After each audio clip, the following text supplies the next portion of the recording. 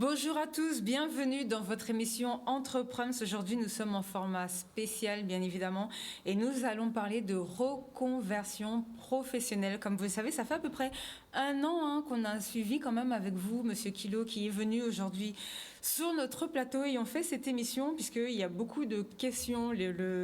Certains soignants qui ne veulent vraiment pas se faire vacciner se posent beaucoup de questions. Je demande ce qu'ils vont faire et comme vous l'avez entendu lundi, nous avons eu un témoignage et comme d'habitude, lorsque nos entrepreneurs nous posent des questions, nous on travaille, on se met tout de suite, on active le plus rapidement possible le réseau, donc les différents acteurs professionnels, les différentes chambres consulaires en cas de besoin, les différents, que ce soit la région, le département, on essaie vraiment d'avoir le plus d'informations pour vous, les travailleurs, que ce soit même avec les écrivains, on fait des choses, avec les artistes, on a déjà essayé de faire des émissions, enfin, on essaie vraiment de couvrir tout notre tissu économique. Et là, on a mis Transition Pro Guadeloupe sur le dossier, sur le sujet.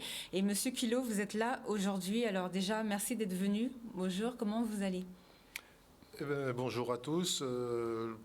La situation est la même pour nous que pour le reste de la population. Donc, notre objectif, c'est de continuer quand même à fonctionner et à pouvoir apporter des solutions aux personnes qui souhaitent s'engager dans des démarches de reconversion. Ça, c'est notre objectif de tous les jours. Et dans cette situation particulière, il est quand même bon de rappeler aux personnes que des solutions existent et qu'on ne peut pas faire que subir. Il faut aussi pouvoir s'organiser pour être en situation de faire des choix. Et la reconversion, quand on parle de reconversion, c'est d'abord une question de décision. Et une décision, ça se fait à partir de choix.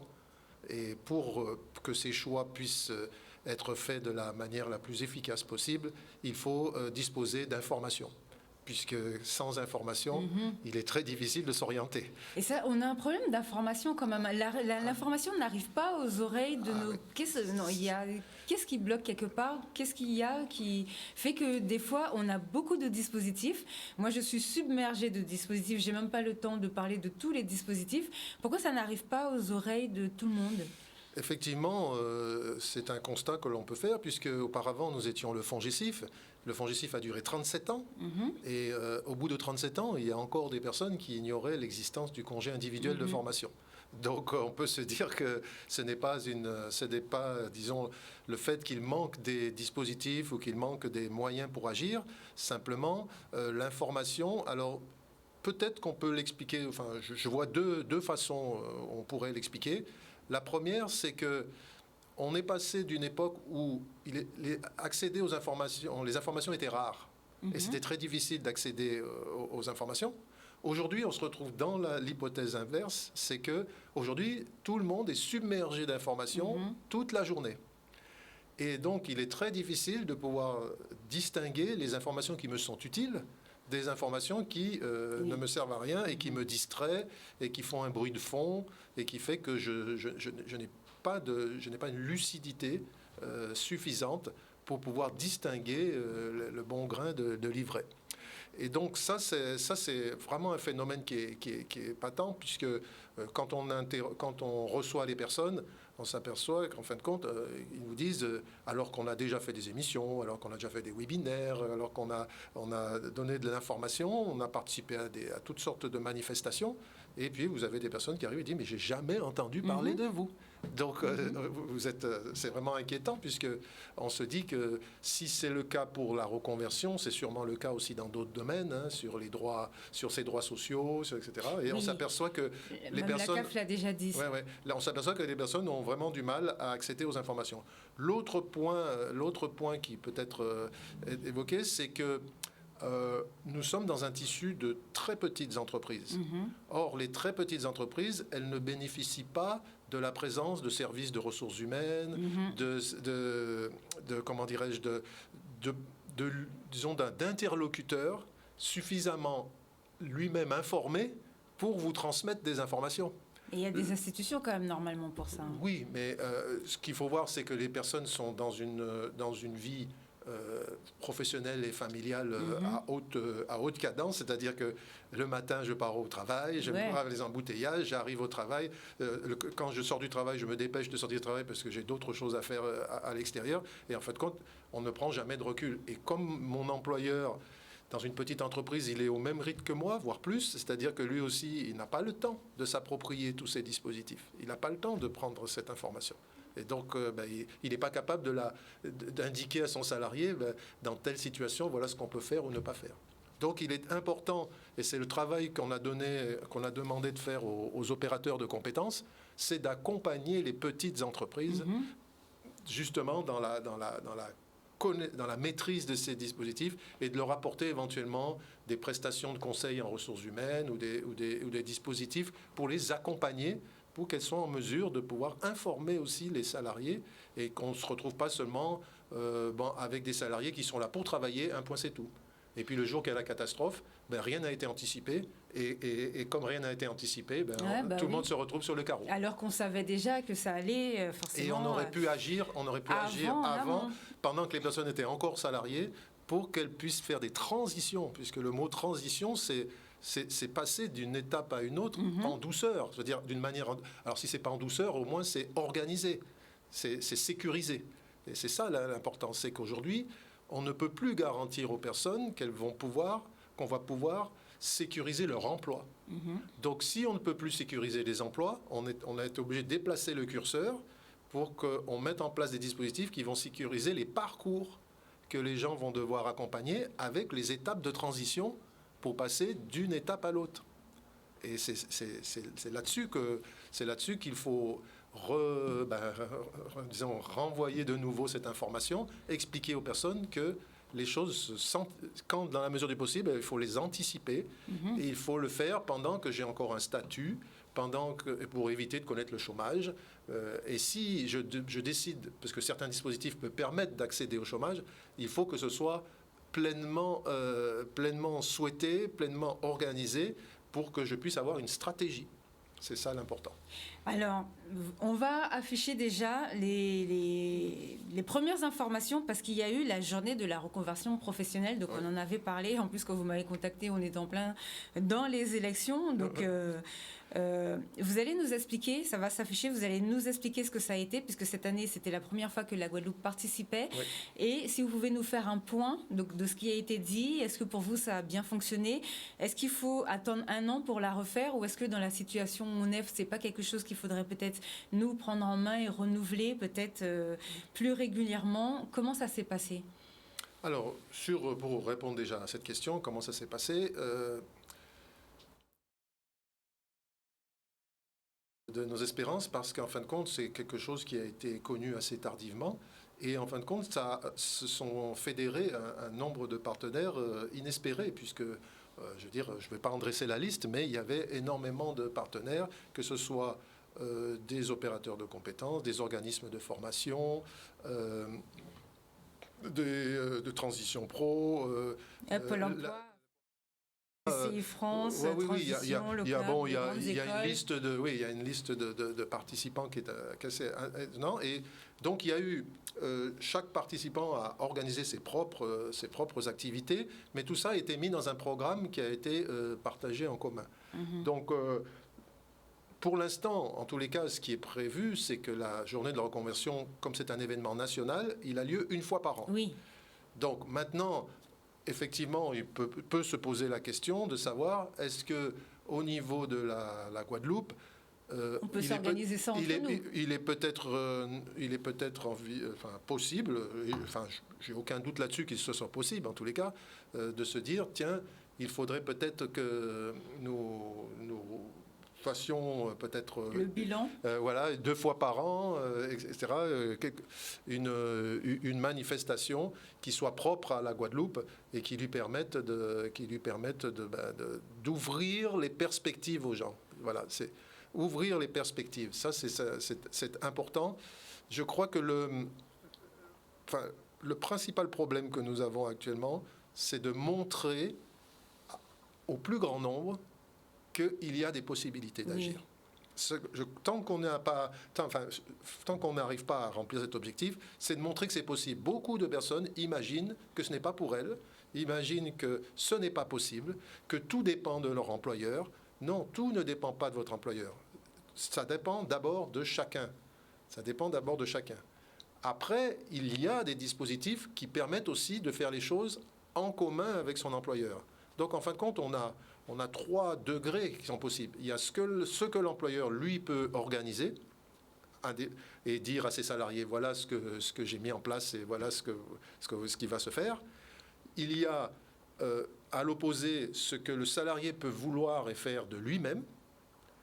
Et au milieu, il y a tout un champ de possibilités pour que des choses se fassent en commun, de manière concertée, de façon à ce que les choses se passent du mieux possible, à la fois pour l'entreprise et à la fois pour le salarié. Parce que là, dans ce système, tous les deux doivent être gagnants. Alors moi, Monsieur Quillot, je vous ai demandé de venir aujourd'hui parce que je vous ai parlé de Natacha qui nous a contacté lundi. Donc déjà, j'espère qu'elle nous écoute. J'espère que vous l'avez retrouvée. J'avais lancé un appel à la population, s'ils la connaissent, donc, qui est dans le secteur médical et qui ne veut vraiment pas. Elle est vraiment terrorisée et voilà, elle ne se sent pas bien. Donc il y a des manières de se reconvertir.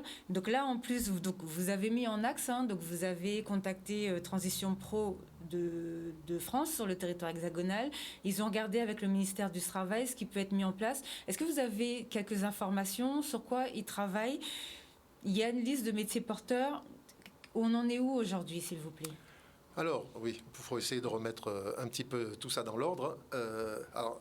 Si c'est pour parler de la liste des métiers porteurs, on va le faire tout à l'heure. On va le faire tout à l'heure. Alors, expliquez-nous. On va le faire tout à l'heure. Par contre, par rapport à la situation de cette personne... Des soignants, parce qu'elle n'est pas toute seule, finalement. Oui. Alors, nous avons eu, nous aussi, de notre côté, nous avons eu des signalements. Oui. À l'origine, qui étaient portés par un de nos partenaires, un opérateur de compétences. Vous pouvez le nommer, parce qu'on l'a déjà reçu, c'est EVA, le réseau EVA. Non, là, le réseau EVA est un opérateur de conseil en évolution professionnelle. Les opérateurs de compétences, ce sont les organismes qui financent les projets des employeurs. D'accord. Et donc, nous finançons les projets des salariés individuellement. Et là, ce sont les projets que l'entreprise veut mettre en place en termes de formation, de reconversion, de promotion, de mobilité de ses salariés. D'accord. Et donc cet opérateur de compétences nous a indiqué que dans les branches qu'il gère, puisque les opérateurs de compétences ont des champs de compétences par branche, et dans une des branches dans laquelle il gère, qui est la branche des laboratoires d'analyse médicale, ils ont déjà eu des remontées que certains salariés ne souhaitant pas, répondre aux injonctions de l'obligation vaccinale, envisageaient effectivement de changer de métier et de ne plus être dans un milieu de la santé, puisque c'est en général dans les milieux de la santé que pour l'instant l'obligation vaccinale est la plus forte.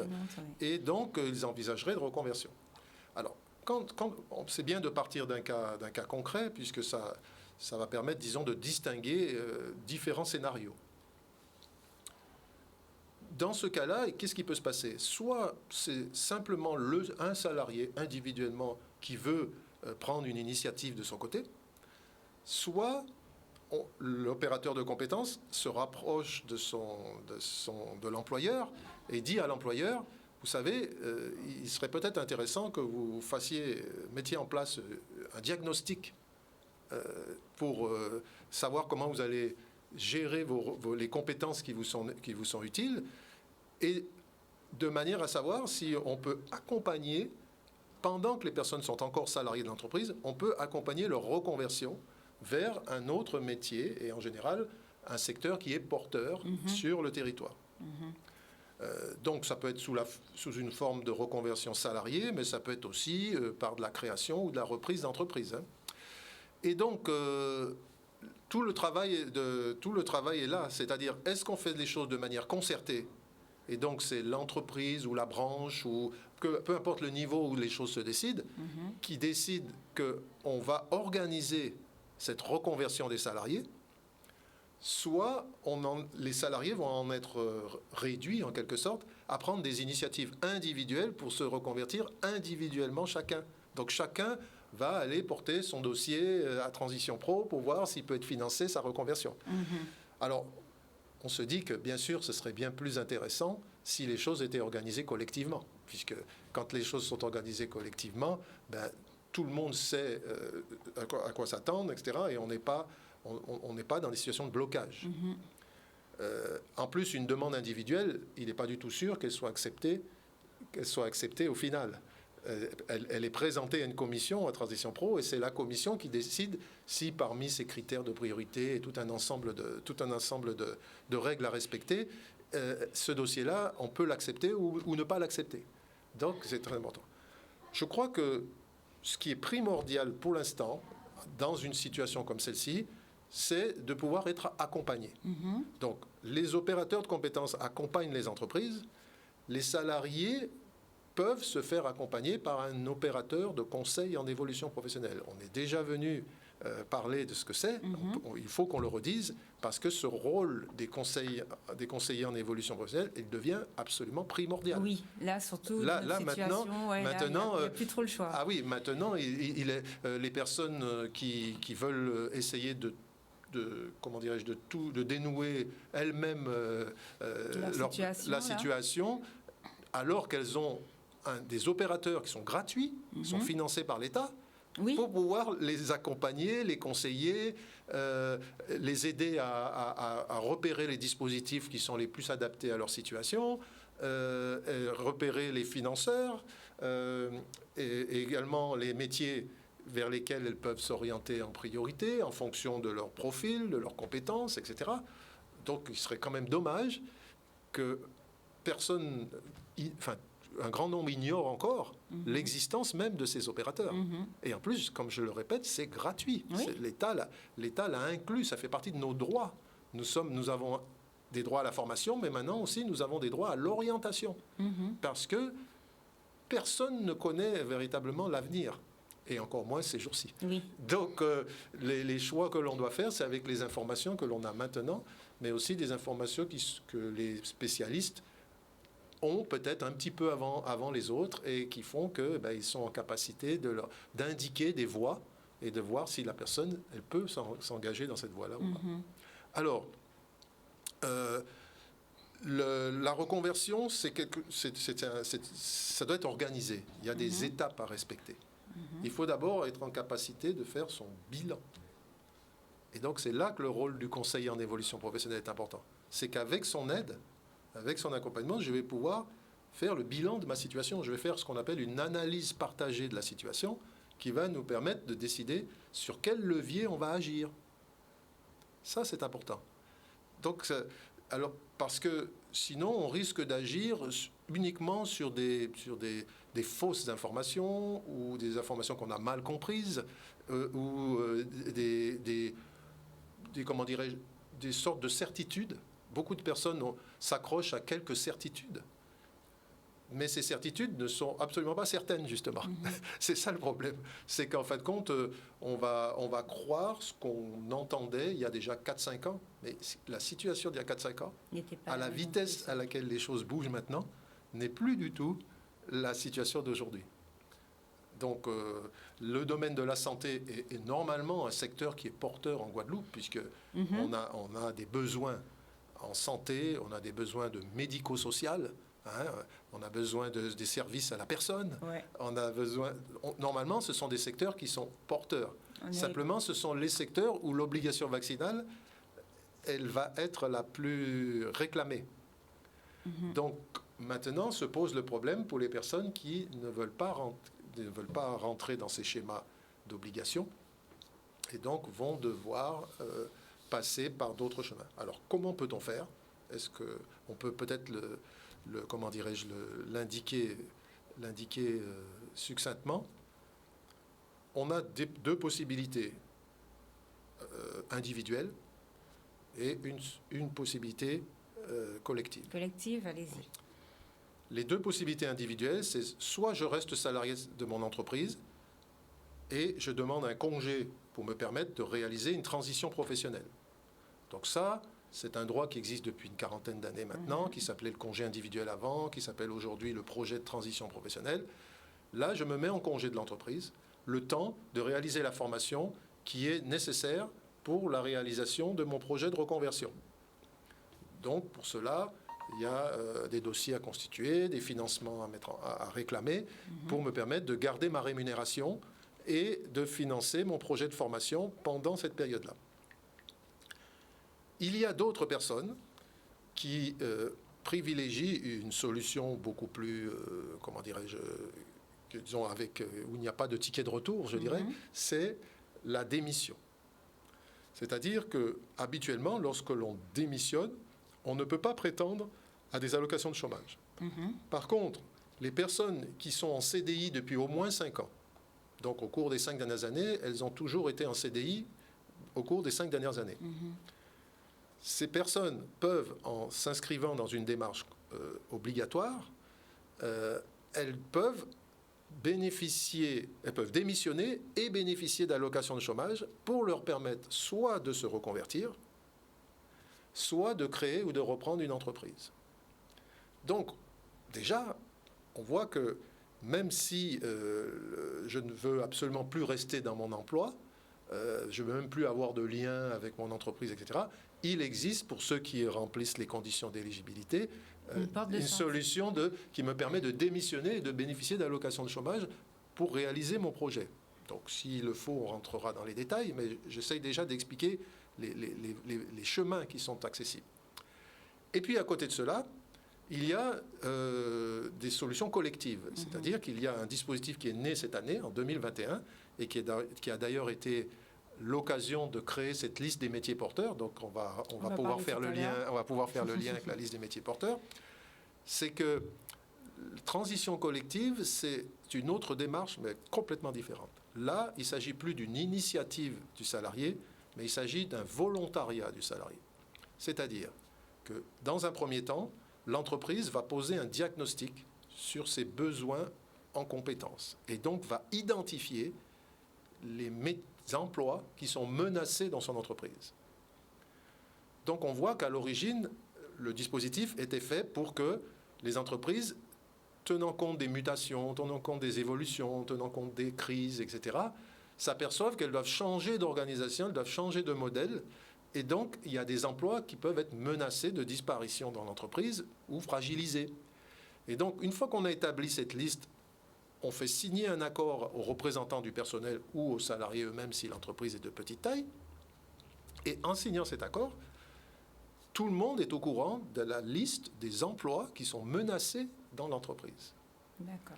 Et donc, ceux qui sont volontaires pour se reconvertir vers un autre métier porteur ou un secteur porteur vont pouvoir bénéficier de financements particuliers qui sont pris en charge à 100% par l'État, qui vont leur permettre, pendant qu'ils sont encore salariés, donc avec leur rémunération et un financement du coût de la formation, vont leur permettre de se reconvertir pour ensuite pouvoir quitter l'entreprise dans les meilleures conditions possibles, puisqu'elles vont pouvoir, elles auront les qualifications, elles auront les compétences qui sont réclamées par des secteurs qui sont plutôt recruteurs sur le territoire.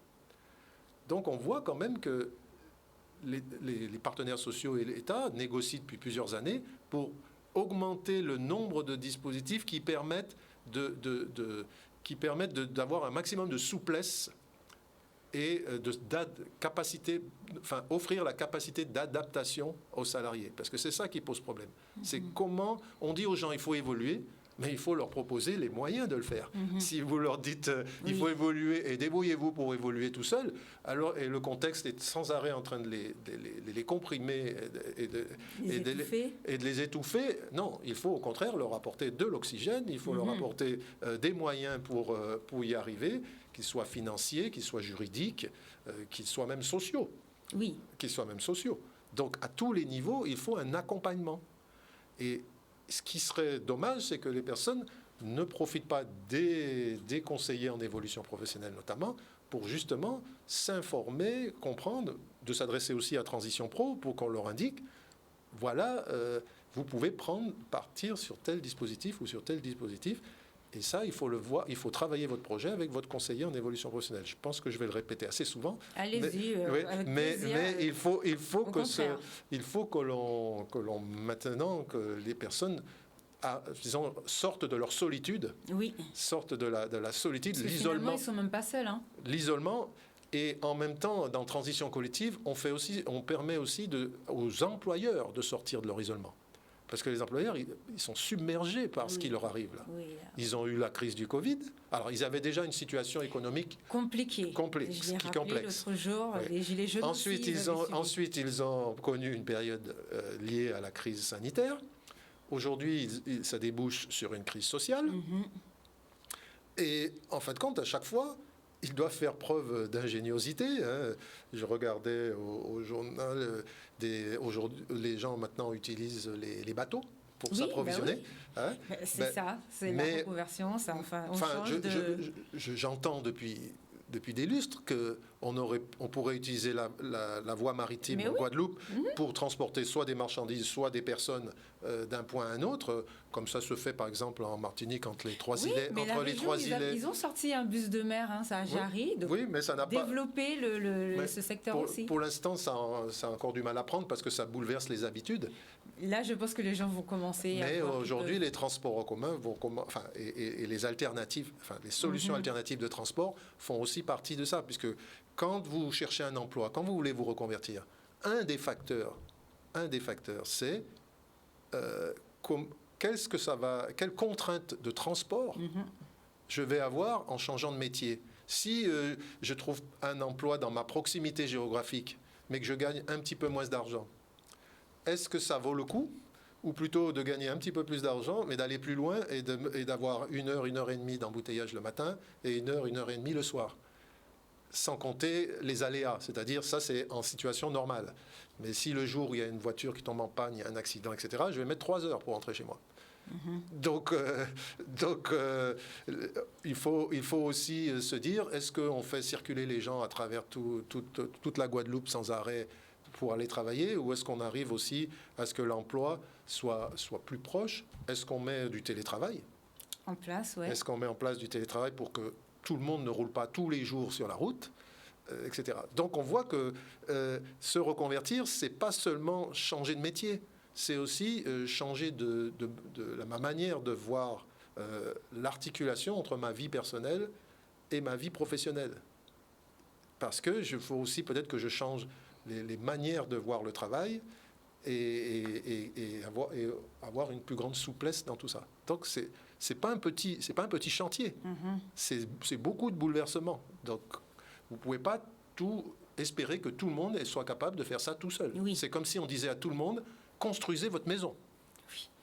Il y en a qui seraient capables de le faire, et il y en a d'autres qui ne seraient pas capables de le faire. Donc il faut accompagner ceux qui ne sont pas capables de le faire. C'est ça qui est important. Exactement. Alors, allez-y, expliquez-nous. Oui, alors cette fameuse liste des métiers porteurs. Exactement. Alors, cette fameuse liste des métiers porteurs. Alors, la liste des métiers porteurs, d'abord, c'est la première fois que l'on met véritablement une liste des métiers porteurs en place. Donc, on va considérer que pour l'instant, c'était une liste qui est indicative de tout ce que les acteurs de l'emploi et de la formation ont pu identifier comme secteurs qui sont plutôt des secteurs où il y a des recrutements et d'avenir, des métiers d'avenir et des métiers à développer. Des métiers qui vont se développer. Mais on va dire qu'aujourd'hui, le premier constat qui a été fait était plutôt sur les métiers qui sont actuellement porteurs, c'est-à-dire qu'ils l'étaient déjà. Tout ce qui est métier émergent, c'est beaucoup plus difficile et une des problématiques des métiers émergents, c'est qu'ils sont de plus en plus qualifiés. C'est-à-dire qu'ils nécessitent des niveaux de qualification qui sont de plus en plus élevés. Donc, ce n'est pas toujours accessible à tout le monde. Parce que maintenant, c'est sûr que si, par exemple, on a un métier comme agent de déchetterie, effectivement, ça ne va pas demander aux gens d'avoir de hautes qualifications. Mais en même temps, tout va dépendre de la politique qui est mise en place sur le territoire, à savoir est-ce qu'on crée des déchetteries ou est-ce qu'on n'en crée pas. Parce que si vous vous formez comme agent de déchetterie et que personne ne crée de déchetterie, ni le public ni le privé, puisque récemment j'ai appris qu'il y avait une déchetterie privée ici en Guadeloupe, à Jarry, donc il faut que ces lieux de collecte des déchets permettent aussi de créer des emplois. Et justement, c'est de ça que, quand vous êtes venu avec M. de Gaillande, c'est de ça que nous parlions. D'ailleurs, je remercie M. de Gaillande, qui est directeur adjoint de la dette, a changé de nom. Donc, la direction de l'économie et de l'emploi, du travail et des solidarités. Donc, c'est pas mal et il travaille beaucoup parce que je l'ai contacté aussi. Il va nous faire un point sur tout ce qui est activité partielle dès qu'il le pourra pour vous aider à voir comment ça va fonctionner pour vous au niveau de vos entreprises, puisqu'il y a beaucoup de personnes qui ont perdu là aujourd'hui leurs emplois. Et c'est vrai que vous disiez que dans nos territoires, en plus, il y a des métiers d'avenir. On parlait de notre population qui est vieillissante, donc il y a ça aussi qu'il faut développer. On a parlé de la pharmacopée, donc il y a vraiment beaucoup de débouchés. Et je vous avais posé la question à l'époque, alors je crois que c'était en juin. La région, elle a un objectif de zéro déchet en 2035. Donc là, on part sur tout ce qui est biodiversité. Et ça peut créer plein de filières, quoi. Donc c'est vraiment des emplois d'avenir qu'on peut développer chez nous et qui peuvent créer du travail pour tout le monde. Le problème du développement économique, il est qu'il faut à la fois qu'il y ait des initiatives individuelles qui soient portées par des gens qui sont visionnaires, qui sont en capacité de créer, d'impulser des choses. Et en même temps, il faut qu'il y ait une politique générale qui soit mise en place en disant, notre territoire, on désire d'avoir beaucoup plus d'activités, j'allais dire, autonomes, qui augmentent notre autonomie par rapport à notre environnement. Aujourd'hui, les métiers qui sont porteurs, dans les métiers qui sont porteurs, on retrouve des métiers variés, même traditionnels, parce que les métiers traditionnels ne vont pas disparaître. Simplement, ils sont en train d'être évolués. Auparavant, lorsque vous étiez plombier, vous vous occupiez principalement de problèmes liés à de l'eau. Oui. Donc, vous faisiez du raccordement d'eau, vous faisiez de la réparation. Aujourd'hui, vous êtes obligé de vous intéresser au photovoltaïque, puisque il y a des règles fixées par le Conseil régional qui fait que toutes les constructions neuves doivent être équipées de chauffe-eau solaire. Donc, ça veut dire qu'il faut maîtriser la technologie des chauffe-eau solaires. Petit à petit, on vous dit aujourd'hui qu'il faut des citernes tampons, qu'il faut des citernes d'eau, qu'il faut récupérer l'eau de pluie, qu'il faut récupérer de l'eau de pluie pour la stocker. Il faut aussi développer ses compétences de ce côté-là. Vous n'allez pas simplement installer des lavabos, des WC et des baignoires. Et donc, il faut que nos jeunes soient en formation pour ça. Donc, du coup, ça veut dire que même au départ, peut-être un CAP ce qu'on appelait un CAP de plomberie, aujourd'hui n'est plus un CAP de plomberie. C'est un installateur thermique et sanitaire. Donc, ça veut dire qu'il y a le thermique dedans aussi. Donc, on s'intéresse aussi à... Bon, c'est vrai que dans les territoires où il fait froid, les gens aussi apprennent tout ce qui concerne les chauffe-eau, aussi, le chauffage des maisons ou des locaux professionnels. Bon, on n'a pas ce problème ici, mais on a aussi les problèmes d'eau chaude. Bientôt, on aura les électriciens. Les électriciens, ils sont de plus en plus... poussés vers d'autres manières de produire de l'électricité, et etc. D'ailleurs, on a reçu, parce qu'on a des lycées en Guadeloupe qui sont... On a des super ingénieurs, et d'ailleurs, ils travaillent aussi sur ce côté-là. Donc, c'est vrai qu'on a beaucoup de choses, donc il faudrait voir comment mettre tous ces gens-là en place. Alors, aujourd'hui, quand un salarié nous entend à la télé, comme ça, et il se dit, oui, ils sont bien gentils de me dire il y a des métiers porteurs et tout, mais comment on fait pour le savoir, etc. Bon, d'abord, cette liste, il faut savoir qu'elle est tout à fait publique. Elle a été publiée fin mars, début avril 2021. Elle est visible sur le site de Transition Pro, bien sûr. Elle est visible sur le site de la Direction du Travail. Elle est visible sur le site du ministère du Travail. Elle est visible sur le site de la préfecture de Guadeloupe. Donc déjà, elle est accessible. Il suffit de taper sur un moteur de recherche « Liste métiers porteurs Guadeloupe ». et vous saurez tous les endroits où vous pouvez la télécharger. Donc, elle existe. Elle est probablement imparfaite. Pour l'instant, elle est indicative. Oui. Elle est indicative parce qu'on a classé des familles professionnelles et pas spécifiquement toujours des métiers, mais aussi des familles professionnelles. Et à l'intérieur de ces familles professionnelles, il y a des métiers qui sont plus porteurs que d'autres. Et c'est ce travail qu'on fait avec le conseiller en évolution professionnelle, c'est de déterminer si je vais dans la bonne direction, si je vais dans une direction qui est porteuse pour moi. Ça, c'est vraiment important de le dire. Vous ne pourrez pas tout trouver et deviner tout seul. Il faut vous faire accompagner. C'est important.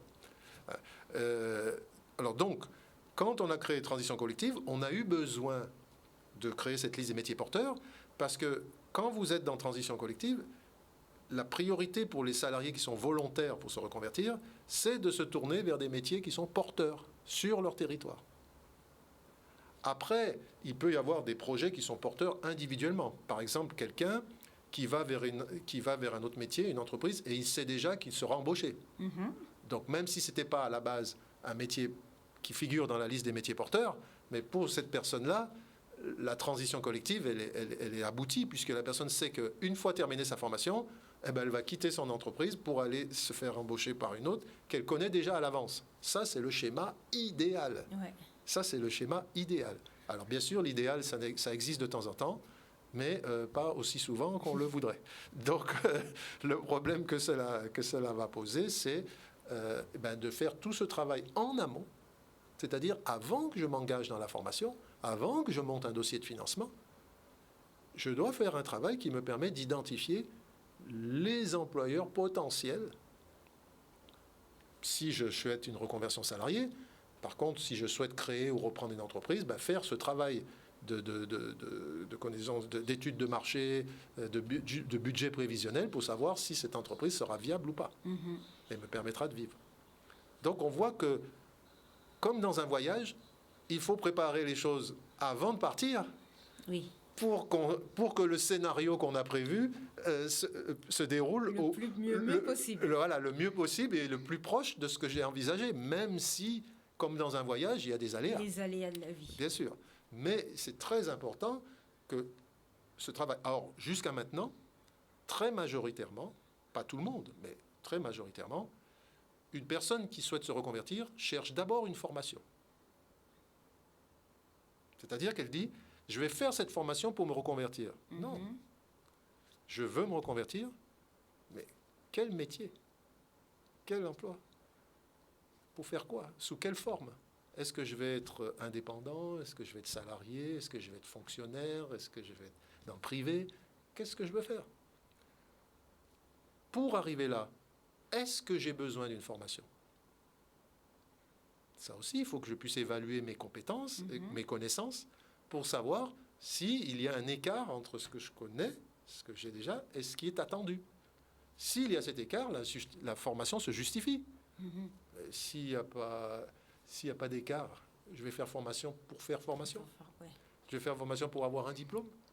Si c'est ça, je peux travailler et au bout de quelques années, je peux valider mes acquis et je l'aurai le diplôme. Si c'est pour avoir des diplômes, il y a différents moyens de les avoir. C'est pas nécessairement que je doive toujours m'inscrire dans le schéma, me former d'abord et me reconvertir. Donc la reconversion peut nécessiter formation. On va dire c'est majoritairement le cas, mais ce n'est pas une obligation. Et pour créer une entreprise, je peux très bien créer une entreprise dans le domaine où j'étais déjà salarié. Donc là, j'ai déjà les connaissances, j'ai déjà ce qu'il faut, etc. Donc voilà, aujourd'hui, ce qu'on essaye de montrer, c'est qu'il y existe des possibilités. Pour revenir à l'exemple de la personne, alors je ne sais pas si elle travaille dans le public ou dans le privé. Alors elle a dit qu'elle était infirmière. Mais on ne sait pas si elle est dans le public ou dans le privé. On peut prendre les deux exemples parce qu'il y a deux parcours. Alors, dans le privé, c'est tout ce qu'on a expliqué jusqu'à maintenant qui est possible de faire puisque les dispositifs que gère Transition Pro concernent les salariés du secteur privé. Pour le secteur public, là, on est dans une logique totalement différente. C'est que les droits sont généralement gérés par l'administration elle-même. Donc, il faut, bien sûr, faire les choses de concert avec son employeur. Alors, dans la fonction publique hospitalière, ils disposent néanmoins d'un organisme qui s'appelle l'ANFH, Association nationale de la formation hospitalière, qui permet, disons, de bénéficier de conseillers, et un petit peu à l'exemple de ce qui se fait dans le privé, où on peut trouver des personnes qui peuvent me conseiller sur la mobilisation des dispositifs, quel dispositif choisir en fonction de ma situation, en fonction de mes souhaits, de mes attentes et de mes besoins. Donc, dans la fonction publique hospitalière, il pourra y avoir, je pense, les personnes pourront s'appuyer sur un concours de la NFH. Alors, mais il y a quand même les services de ressources humaines des établissements qui peuvent aussi, bien sûr, aider les personnes à y voir plus clair, parce que ce sont des domaines qui sont complexes juridiquement. Donc, très difficile à les appréhender en quelques minutes. Donc, il faut quand même des personnes un peu rodées avec tout ça pour pouvoir m'aiguiller et me conseiller. Donc ça, j'ai entendu plusieurs déclarations, que ce soit d'élus ou même des le autres. Premier ministre, il a dit qu'il va mettre en place tous les dispositifs. Ils vont mettre en place des dispositifs pour voir comment ça évolue. Oui, je pense que non seulement ils mettront en place des dispositifs, mais que, comme nous, vous me posiez la question au début, nous essayons d'obtenir aussi des adaptations. Oui, par rapport au ministère du Travail, qu'est-ce qu'ils vous ont dit? Comment ça s'est passé? Alors, pour l'instant, on n'a pas encore la réponse. On n'a pas encore de réponse, mais au moins, ce qu'il y a, c'est que nous avons souhaité, comme l'ont fait d'autres avant nous, comme les élus par exemple, on a essayé que les partenaires qui sont sur le territoire déjà demandent ensemble. Enfin, ce soit une demande qui soit commune. D'accord. Notamment entre Transition Pro, la direction du travail, et éventuellement les opérateurs de compétences, on essaye d'essayer d'obtenir des adaptations qui nous permettent, disons, d'assouplir. Par exemple, dans transition collective, je disais tout à l'heure qu'il faut que l'emploi soit menacé. Donc par l'environnement, par l'évolution des règles, etc.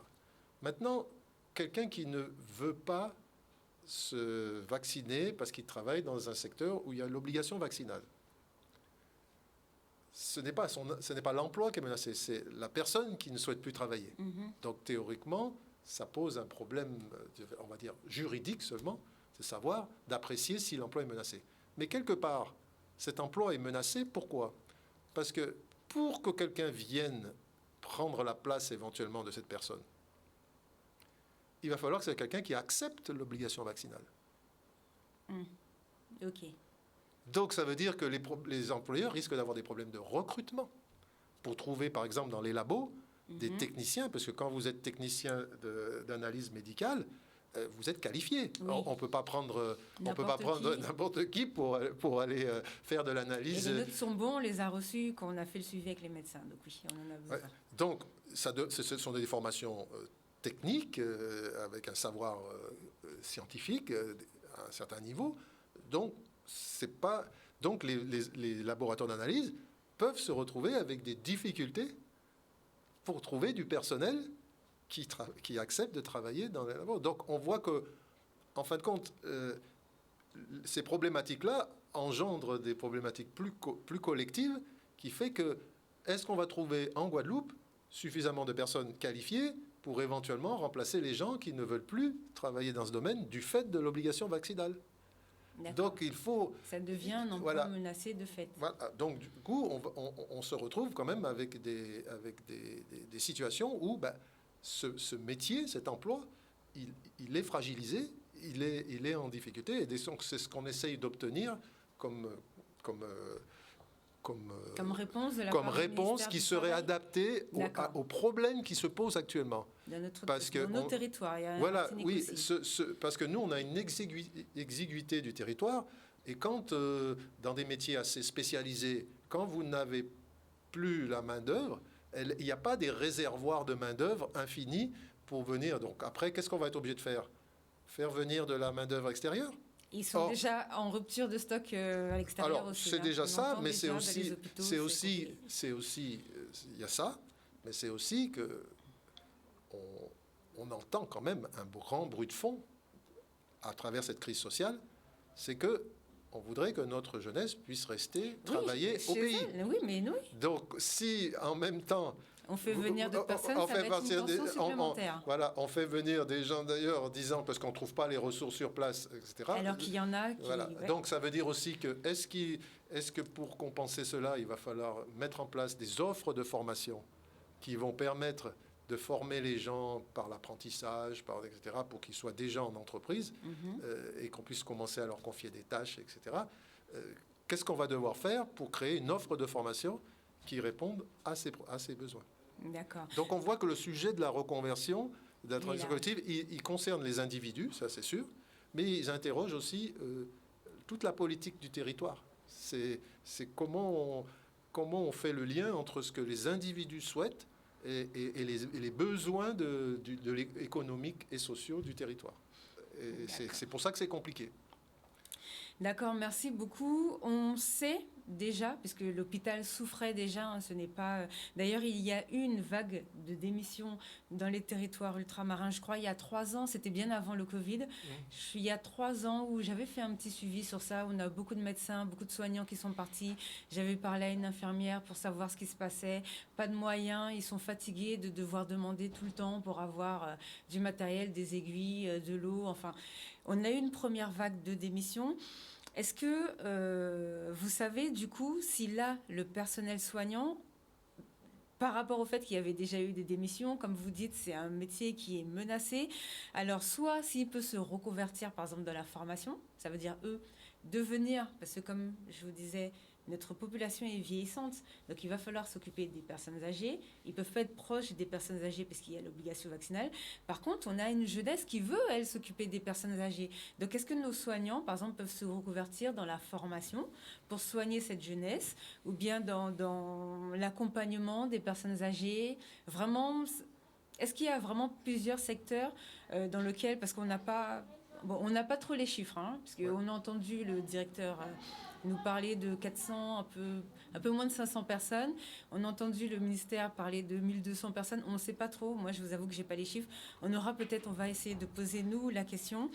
Mais au niveau de la reconversion, il y a un panel de métiers sur lesquels ces personnes peuvent se reconvertir si on arrive à négocier quelque chose avec le ministère du Travail pour faire une prise en charge collective, non? Alors... disons que la reconversion, elle pose quand même plusieurs problèmes. C'est-à-dire que lorsque vous êtes, par exemple, dans un emploi d'infirmier à l'hôpital, vous avez un statut, vous avez un revenu d'un certain niveau. Oui. Lorsque vous dirigez vers les métiers des services à la personne, toutes les études l'ont déjà démontré que ces secteurs, on sait que les besoins vont être particulièrement importants et en même temps, ce ne sont pas des secteurs qui sont attractifs, tant en termes de statut, tant en termes de conditions de travail, tant en termes de rémunération. Donc, si ces métiers-là ne sont pas revalorisés, vous aurez du mal à attirer des personnes qui vont travailler, entre guillemets, pour la gloire, juste pour le plaisir de rendre service à des personnes âgées. Il ne faudra pas y compter dessus. Donc, le problème, c'est la valorisation. J'ai vu une fois un documentaire assez étonnant au Québec, où en fait, depuis plusieurs années, le Québec s'est lancé dans il modifie les grilles de rémunération en fonction de l'utilité sociale du métier. Ça, c'est une bonne chose, oui. Donc, on en est encore loin. Oui. Puisque nous, en fin de compte, on va dire que pratiquement les métiers d'utilité sociale sont moins bien payés, en général, offrent des conditions de travail. Par exemple, vous prenez une auxiliaire de vie à domicile. Dans beaucoup de cas, elle ne sait pas combien d'argent elle va gagner à la fin du mois. Oui. Puisqu'elle ne sait pas combien d'heures elle va faire. Et elle est payée à l'heure. Donc, il suffit qu'un de ses patients décède. Il suffit qu'un de ses patients rentre à l'hôpital. Elle n'ira plus faire des heures chez cette personne. Donc ça veut dire qu'à la fin du mois, elle risque d'avoir moins d'heures. Quand l'association est suffisamment structurée, elle peut assurer un certain nombre d'heures. Mais peut-être aussi que ça va obliger cette personne à aller travailler plus loin. Donc est-ce qu'elle a des frais d'essence, des frais de voiture, des frais de déplacement, etc., qui sont suffisamment bien couverts pour faire qu'elle fasse plus de kilomètres, etc. Donc, ça existe dans certaines associations, dans certaines structures. Ce n'est pas obligé des associations, ça peut être des entreprises aussi qui font du service à la personne. Ça existe, mais on voit bien que c'est quand même compliqué parce que qui finance ces services ? Il faut savoir si c'est l'utilisateur, le client qui finance ces services. Alors, faut-il qu'il en ait les moyens ? Ou est-ce que c'est la collectivité qui finance en partie ces services en laissant à charge pour l'individu une somme qu'il est en capacité de payer. Vous en avez déjà parlé de ça avec le département, comme vous êtes en train de travailler avec puisque c'est eux qui sont en charge de tout ce qui Oui, alors sur la question du grand âge, on n'a pas encore, nous, participé à, disons, des groupes de travail. Oui, mais c'est une nouvelle équipe en plus. J'espère que là, ça ira. Nous aussi. Nous sommes Transition Pro depuis le 1er janvier 2020. Oui, et en plus, on a démarré l'année du Covid. Donc, c'est vrai que ce chantier-là, spécifiquement, il est, je crois, déjà, il est, à ma connaissance, déjà abordé par un certain nombre de partenaires, que ce soit l'ARS, le département, la caisse de sécurité sociale, etc. Je pense que vraiment ces organismes ont déjà, parce qu'en plus, on a les chiffres. Si vous allez à l'INSEE, vous voyez, tous les chiffres sont donnés sur les besoins, sur le nombre de personnes qui C'est pour ça qu'on en parle, nous aussi. Si le nombre de personnes qui auront 60 ans et plus en 2030, ils vous donnent les besoins. Rien n'est caché, comme je dis. Oui, les informations. Enfin, la situation, elle est connue. La situation, elle est connue. Donc, voilà. Donc, la reconversion, c'est effectivement pour des personnes qui sont soignantes. Il faut imaginer aussi que des personnes qui sont soignantes n'ont plus envie d'être dans le secteur, dans les métiers du soin. Oui, parce qu'il y en a qui voulaient déjà partir avant bien la sûr. Première vague de Vous avez des enseignants qui ne souhaitent plus... Pour revenir sur la question des formateurs, on a souvent quelqu'un qui a de la compétence, de l'expérience, etc. Ça fait partie, disons, des scénarios assez souvent envisagés qu'une personne dise je vais devenir formateur. D'abord, pour être formateur, il faut avoir les qualités d'un formateur, les qualités humaines. Parce que ce n'est pas le maître d'école comme dans les années 50. C'est pas je sais, vous ignorez tout. Aujourd'hui, un formateur, il est dans la formation action, il est dans la maîtrise des outils technologiques pour proposer de différentes manières d'apprendre. Il est dans des modalités à distance, dans des modalités en présentiel, etc. Et donc, il doit manier des outils. Et il est plus il propose des situations d'apprentissage qui permettent aux gens d'apprendre. Parce que, je sais pas, je crois que je l'avais dit une fois dans une émission, on n'apprend rien à personne. Ouais. C'est les personnes qui apprennent. Donc, il faut leur proposer des situations qui leur permettent de s'approprier les connaissances. Et c'est ça le rôle du formateur. C'est pas de dire moi je sais, je vous transmets des informations et vous les enregistrez, vous les comprenez et tout va bien. Ça aurait été génial si c'était ça. Ça aurait été facile de faire de la formation. Mais être formateur, c'est un métier que tout le monde ne peut pas faire. Oui, vous pouvez être un bon technicien, et pas un bon formateur, dans le sens où vous n'avez pas les qualités pédagogiques pour transmettre cela. Donc, c'est une possibilité à ceux qui ont le goût pour ça, à ceux qui ont l'appétence et puis l'empathie vers les gens, pour être patient avec eux, pour être bienveillant, pour proposer différentes manières pour que tout le monde puisque tout le monde n'apprend pas de la même façon. Et ça, il faut pouvoir individualiser. Et ça, aujourd'hui, on rentre vraiment dans la notion d'individualisation avec les personnes, que ce soit pour les dispositifs de financement, mais aussi pour les modalités pédagogiques qu'on utilise dans une formation. Donc, ça devient très compliqué d'être formateur, et c'est un métier que, à mon avis, qui n'est pas accessible à tout technicien. Bon, en tout cas, nous, on va... merci pour toutes ces informations. Nous, on va suivre vraiment tout ça, tout ce que vous faites. N'hésitez pas à me tenir au courant dès qu'il y a une évolution, comme ça vous nous en parlez.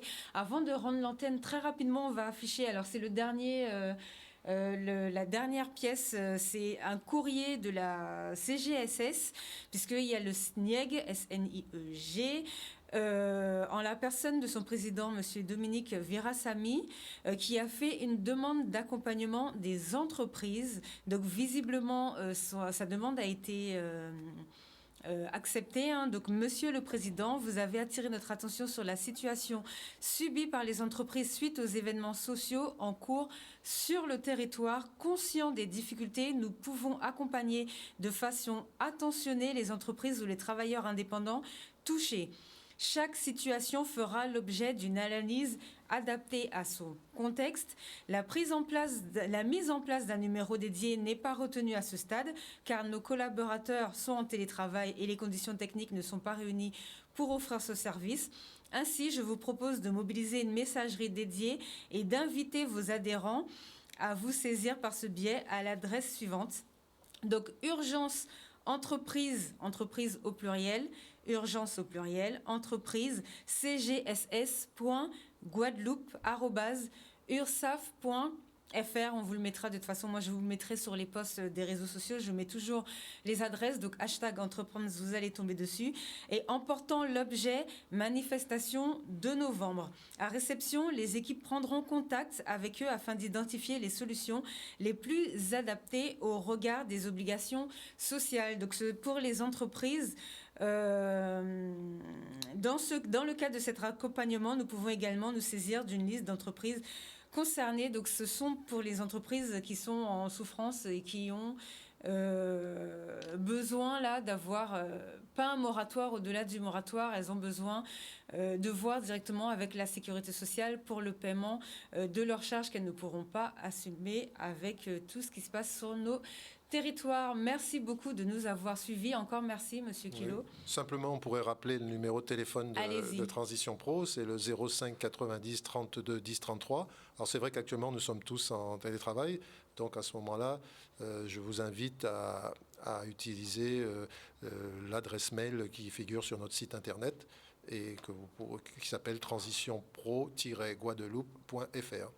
D'accord, merci beaucoup. Nous, on va suivre, comme d'habitude. De toute façon, on vous suit souvent depuis cette histoire, mais on va vous suivre encore plus pour voir ce qu'il en ressort. Merci beaucoup et restez sur Canal 10 pour être au courant de l'actualité. Peut-être à tout à l'heure. Merci.